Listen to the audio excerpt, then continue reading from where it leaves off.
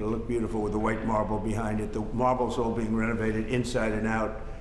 So that's where I'm going right now. I have all the marble people with me, and we're going to do that with Kennedy Center. The interior of Kennedy Center is being totally done. The chairs are being replaced or renovated. The stages are being renovated fully. Very good stages, very good sound. They have great sound. We're lucky.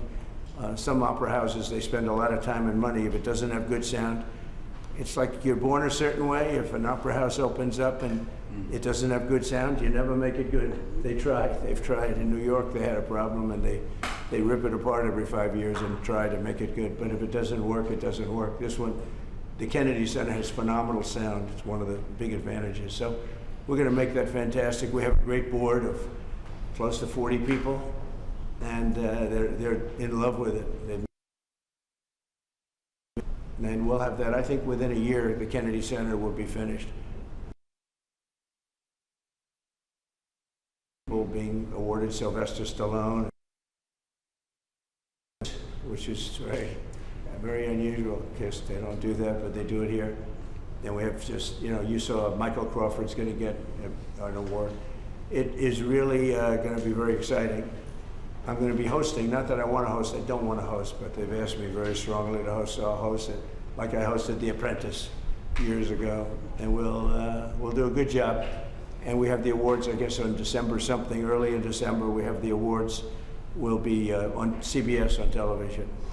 So I just wanted to thank you. Do you have any questions or anything? President Trump, are you going to fire Lisa Cook, the Fed governor, over her mortgage fraud? I'll fire her if she doesn't resign, yeah. What she did was bad, so I'll fire her if she doesn't resign.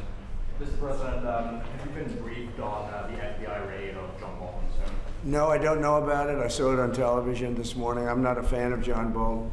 He's a real sort of a lowlife. When I hired him, he served a good purpose because, as you know, he was one of the people that forced Bush to do the ridiculous bombings in the Middle East.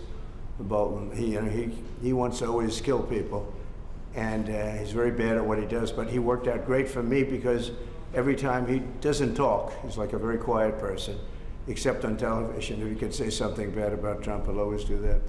But he really doesn't talk. He's quiet. And I'd walk into a room with him with a foreign country, and the foreign country would give me everything because they said, oh no, they're going to get blown up because John Bolton's there. He's not a smart guy, but he could be a very unpatriotic guy. I mean, we're going to find out. I know nothing about it. I just saw it this morning. They did a raid.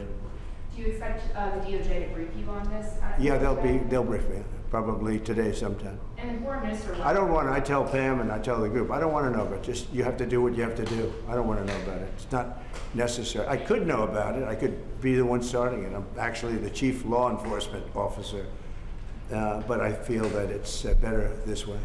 Foreign Minister Lavrov said no meeting is planned right now between Putin and Zelensky. Absent that meeting, what are the next steps in your view? Well, we'll see. We're going to see if Putin and Zelensky will be working together. That's like oil and vinegar a little bit. They don't get along too well for obvious reasons, but we'll see. And then we'll see whether or not I would have to be there. I'd rather not. I'd rather have them have a meeting and see how they can do. But in the meantime, they continue to fight and they continue to kill people, which is very stupid because they're losing 7,000 people now. I used to tell you 5, now they're losing 7,000 people a day. 7,000 people a week. They're losing, think of that, they're losing 7,000 people on average a week, mostly soldiers. So we want to see if we can stop it. I've stopped 7 wars. I'd like to make this one I thought would have been in the middle of the pack in terms of difficulty, and it's turning out to be the most difficult. With the launching of the White House TikTok account, are you no longer concerned about privacy concerns or national security problems? I'm really not. I think it's highly overrated. So TikTok, as you know, I used TikTok in the campaign. Some young guy named TikTok Jack. Then I won the young people by 36 points. No Republican ever wins the young people, and I won it by a lot. And I'm a fan of TikTok. My kids like TikTok. Young people love TikTok. If we can keep it going, good. And we're going to watch the security concerns. And we have buyers, American buyers. We have American buyers. And I haven't spoken to President Xi about it. At the right time when we're set, I'll do it. In the meantime, until the complexity of things work out, we just extend a little bit longer. But we have buyers. We have very substantial American buyers that want to buy it. President Trump, would you like Congress to give you more control over DC when they return from recess? Look, DC is a miracle what's happened. I mean, they can come up with fake numbers like the mayor is doing. Oh, no, it was going down for 20 years. You didn't live here. You know, have you been mugged, okay? DC was a hellhole, and now it's safe. And in fact, I put out this morning, I said, I hate to say this because it doesn't sound very good, but there have been no murders in DC in the last week. That's the first time in anybody's memory that you haven't had a murder in a week. And I think the mayor has to get on the ball because we have a situation, and she's a nice woman, but I'll tell you what, she's got to get on the ball. We have, I don't want to see phony numbers. DC hit an all-time high last year of absolute total crime, and it continued pretty bad. And then we put some strength into it, got the numbers down a little bit, but we brought in the DC National Guard, and we coupled them with the police, and it has been amazing. I have friends that live here, people that work in the White House, but I have friends that live here. They're all going out to dinner now. They haven't gone out in years. One man, I told this story yesterday when we were with the police and with the National Guard. We had a great little celebration, brought them hamburgers, brought them pizza, but we were with them, and I told the story about one friend hasn't been out in 4 years to a restaurant, and now he's been out 4 nights in a row. He called me this morning, by the way. He said it's so safe. He feels like totally safe. He can walk.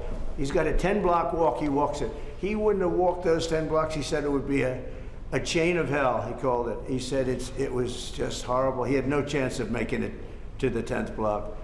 And the mayor has to admit that. She can't say it was just like it hasn't been clean. Now it's going to be clean. I'm giving out a contract very soon. Susie's with me. We're going to be raising about $2 billion from Congress, and Congress is happy to do it. And we're going to wisely spend the money. We're doing it with Clark Construction. We're going to head out right from the Capitol and the White House, and if you look at a circle and go about 3 miles out, it's going to be beautiful. All those light bulbs